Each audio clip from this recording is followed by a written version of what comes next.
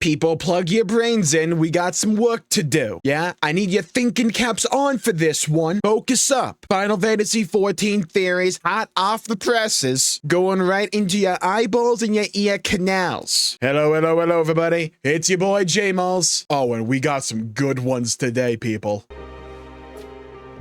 We begin today with at UGXSan, who says, I personally believe Dawn Trail is a blueprint for how future expansions will play out. We're going somewhere on Aetheris and find out that something in another shard is affecting that location. We go to Ilsabad and find out there's an ice-afflicted shard, let's assume the 8th, poking through the fabric between realities. We go to Hingashi, Northern Arthod, and the Blindfrost, and there's water-aspected, fourth-related, rejoining adjacent shenanigans going in there. Oh god, not shenanigans! We go to Miracidia, and the tribes associated with the Warring Triad are each trying to summon some godlike thing from the 1st, the 11th, and the 13th that just happened to be earth, wind, and fire aspected. Familiar elements. It culminates in the final major storyline where we have to visit different shards and prepare them for a cataclysm or otherwise prevent them drifting into each other. The veil between worlds shreds entirely and travel between them becomes entirely possible and even normal if there's still gas in the tank for the game to keep going after that. The next major storyline where Ark could be visiting each reflection and solving their problems. I like quite a bit of this theory. I only somewhat disagree with the end, with the takeaway that after this next big narrative arc, then we'll go to the other shards, because it really does feel as if they're building up to a shard hopping expedition, not 33, in this narrative arc. Though they could do something like they did with Dawn Trail, and kind of like what they talked about, where maybe we only have a zone or two in each of the expansions dealing with that other shard, and then in the next arc after all of this, that's when we go fully explore them proper. Like, that's entirely possible. I really like the idea. Well, let me be particular with my wording. I think it's highly possible that Dawn Trail serves as like the blueprint moving forward for how each of the expansions will be structured, and that we go to a different place on Aetheris, and for whatever reason, another shard is affecting that location, and we have to deal with both of their issues happening at the same time and those worlds colliding. I don't know if they'll do it for each of the expansions in this next new arc. I definitely feel as if we'll probably see it happen again, maybe in 8.0, in before we just go to another shard entirely for 8.0. But still, this feels like a narrative structure that absolutely would work for repetition, because I think it is inherently interesting, and it also gives them an excellent opportunity to just have a wide range of aesthetics across the board and have like clashing themes like work with each other, kind of like what happened in Dawn Trail. Would I like to see this actually play out? I wouldn't mind it, really. I do think it entirely depends on the story execution. Like, a general rule of thumb that I have is that I generally view it as there's no real bad plot beats you can do. It's just largely bad storytelling. I don't entirely agree with that. I don't think it applies across the board 100% of the time, but I think as a general rule of thumb, you just have to develop something properly, explain something properly, show something properly, and with a combination of good pacing, good writing, good characters, good presentation, stuff like that, you can make most things work. I think the biggest hurdle they would have to come over when it comes to like doing this narrative structure is preventing the feeling of repetition. That would entirely depend on the actual story that is being told when these like locations are colliding with each other. And I think it's very easy to do so because you're not bound to a particular theme or motif by just having a part of Aetheris be affected by a part of another shard. That's a very open-ended plot point where that can go in a lot of different directions. Yeah, I wouldn't be surprised if they try something like this.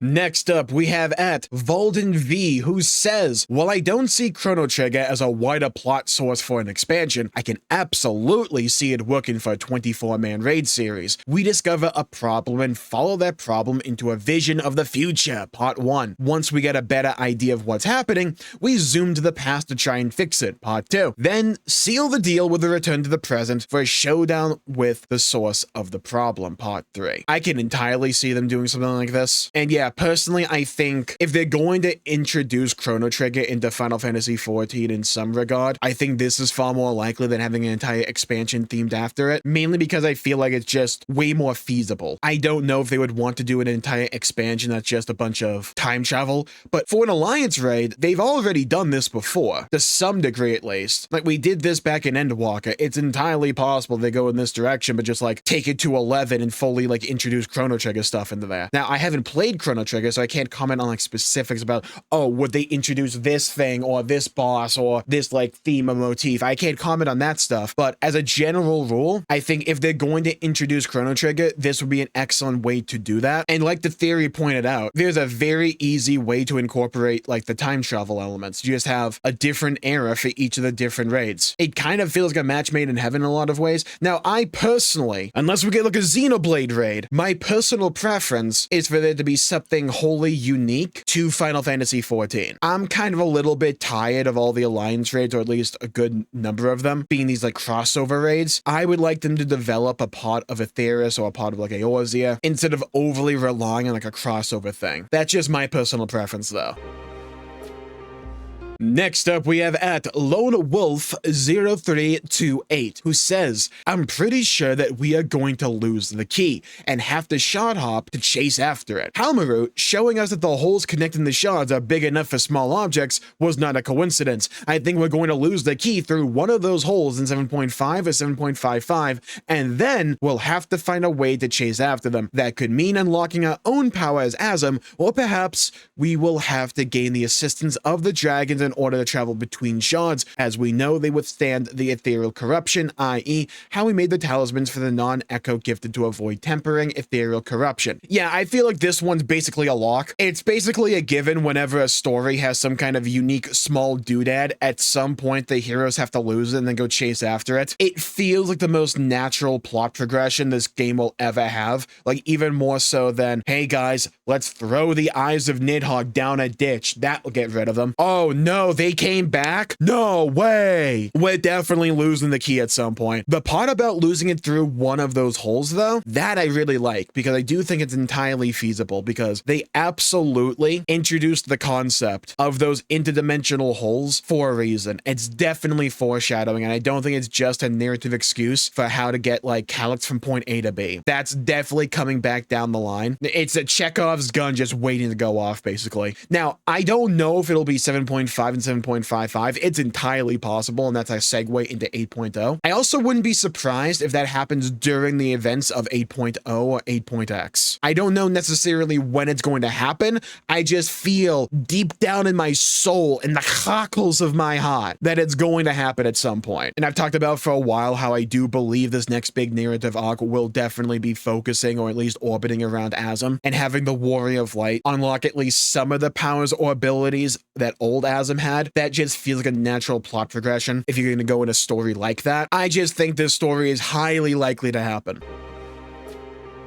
Next up, we have a Hingashi arc, people. We have at Darth Sanguine, who says, one thing to add regarding Hingashi is that in an interview a while back, Yoshi P mentioned that there's a civil war going on in Hingashi right now, and the Warrior of Light could potentially go there and become a shogun. Now, I've heard this quite a few times, and I do not remember this interview, but let's go off on the assumption that it's correct, because I do vaguely recall it. If you're going to introduce Hingashi as a location, and we're going to go there, which feels inevitable at this point, this would be such a cool way to go about doing it. And I mean, come on, one of the biggest complaints that also I had throughout the story of like 7.0 Dawntrail is the side characterization of the Warrior of Light. What a better way to like course correct from that big piece of feedback they got than say, okay, let's go to fan favorite location Hingashi, which is hyped up beyond the moon, and not only that, let's have you, the player character, become a shogun. Brother, that's just a great idea. Like, that would be so dang hype. And also, we might finally be called something else other than the Warrior of Light or the Warrior of Darkness. Imagine like some of the NPCs addressing us as shogun. That would be so good. Also, I need that cinematic, because I feel we all understand if this is the direction they go in for like 8. 8.0 or 9.0, that expansion cinematic is definitely going to end with the Warrior of Light sitting on a throne in full Shogun attire, beyond a shadow of a doubt. Or they do like one other thing after that, but that's definitely gonna be part of the cinematic. Oh, I could see them doing kind of like what they did with the Stormblood cinematic, where they didn't reveal the Far East initially, and we had to wait for like the expanded trailer. And then when we had that, they showed off the samurai stuff. They could do something similar with the 8.0 or 9.0 trailer. Oh, that'd be so good, dude. That would be so dang good. And I want to just reiterate something that I always hold to. Just because something is predictable, I don't think that makes it bad. Because yeah, if we go to Hingashi and if this interview was real, yeah, well, mainly because he said it, it would be kind of predictable, but that makes it awesome. Yeah, if something is so abundantly obvious and it's a good thing, I don't think you need to like move away from it just because like, oh guys, they figured it out because we told them, but still they figured it out. We should do something different. I don't want you to subvert my expectations. Say, I just want that power fantasy. That just sounds fun and interesting to me. What a great like palette refresh after like Dawntrail that would be. Pump that directly into my eyeballs. Now, what new jobs you would actually get in the expansion, I couldn't tell you. Would they make Shogun a different job compared to like Samurai and like you just make it a combat job? Maybe. I'm sure some history nerds would have something to say with that. But honestly, they could come up with whatever the heck they would want to here. That just sounds really cool to me. And honestly, if we go to Hingashi and this isn't what they do, am I setting up unrealistic expectations? Possibly, sure, but now I really want this. But we're not done with Hingashi yet, people. Now for the final theory of the video.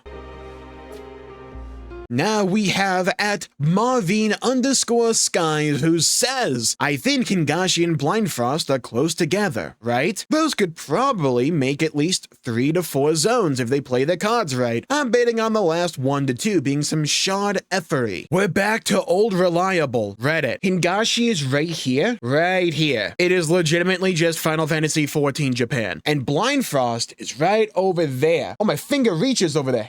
Hell yeah, dude. Yeah, Hingashi's right there. It is not that far, or in my opinion, unrealistic for them to incorporate both in expansion, especially since that's already a zone in-game, Asm Steppe. It's like directly north. Also, you see what I mean by like the most fleshed out location we haven't been to yet? It's like we've been to like Kugane, yeah, sure, but that was just like one city. And if you know a bit of history, they might be trying to make it somewhat of a parallel, and then later on we go to like Hingashi proper, because like there's like locations on this map and everything, like cities, totally not Mount Fuji. Pairing up Hingashi and Blindfrost makes a lot of sense to me. Now, I've talked about quite a bit, some would argue maybe too much, that I think the structure for this next narrative arc will be broken down based on seasons. Dawntrail was supposed to be summer, I think next will be autumn, then winter, then spring, and that's a wrap. What they could do is maybe do both or 2 of them at the same time. So Hingashi could be representing autumn and then Blindfrost winter, because I would imagine a place called Blindfrost would be rather cold. Or maybe they do an Iceland, Greenland situation where it's like the opposite. Now, I wouldn't be necessarily surprised if they do both of these regions at the same time in the same expansion, like what the theory proposed, right? Where it's like 3 to 4 zones could be dedicated to Hingashi and Blindfrost, or they could just go full beans with it and just have all the zones be dedicated to those, and only a little bit for another shard or something like that, because they would almost certainly introduce a shard in this play. But I also wouldn't be surprised if like 8.0 is Hingashi and then 9.0 is Blindfrost. And maybe like Blindfrost has even more shenanigans when it comes to shards or something. That wouldn't really surprise me, having like 8.0 be autumn, then 9.0 be winter, and you do it with 8.0 autumn Hingashi, 9.0 winter Blindfrost. That can make a lot of sense. There's a few different ways you can go about like tackling this. I don't think it's necessarily a lock that Hingashi is next. For all we know, we could just go to a full shard entirely for the next arc. That's possible. It's possible they only do Hingashi with like Baja/Eureka style content. I would be very much against that because I think that would be not allowing that region to live up to its full potential, but they could always go in that route. I would find it disappointing, but it is a possibility. Also, like, who knows, maybe they're saving it for the next narrative arc after this current one, and we just go to a bunch of different shards for like 8.0, 9.0, and 10.0. It's all up in the air right now, but I think if I had to put my finger on any one option for 8.0, it would probably be Hingashi. It feels like such an easy win. It feels like, oh, this can connect to the narrative arc we're doing right now so seamlessly, so easily,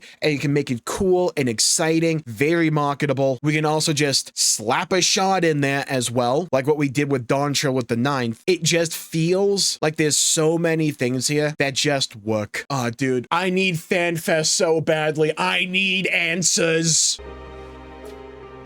And here's where you come in. Leave a comment down below with your own theory for the future of Final Fantasy XIV. Also, if you want something a little bit more specific, tell me what you think is going to happen in 7.5 and 7.55. I'd love to hear your thoughts, hear your opinion, hear your perspectives, and I may react to them in a future video. And while you're down there, please leave a like and subscribe. It really helps the channel out and helps support future content, and I greatly appreciate it. And I don't only play Final Fantasy XIV around here. I'm also a big fan of World of Warcraft. And there's a fair bit of controversy right now. Apparently, the Warcraft name is a bit intimidating. I guess. It's a whole situation. You want a breakdown? I got you covered. Check out this video right here for more. Stay safe, everybody. Have a great day, and I'll see you all next time. Bye-bye, everybody. Until we meet again.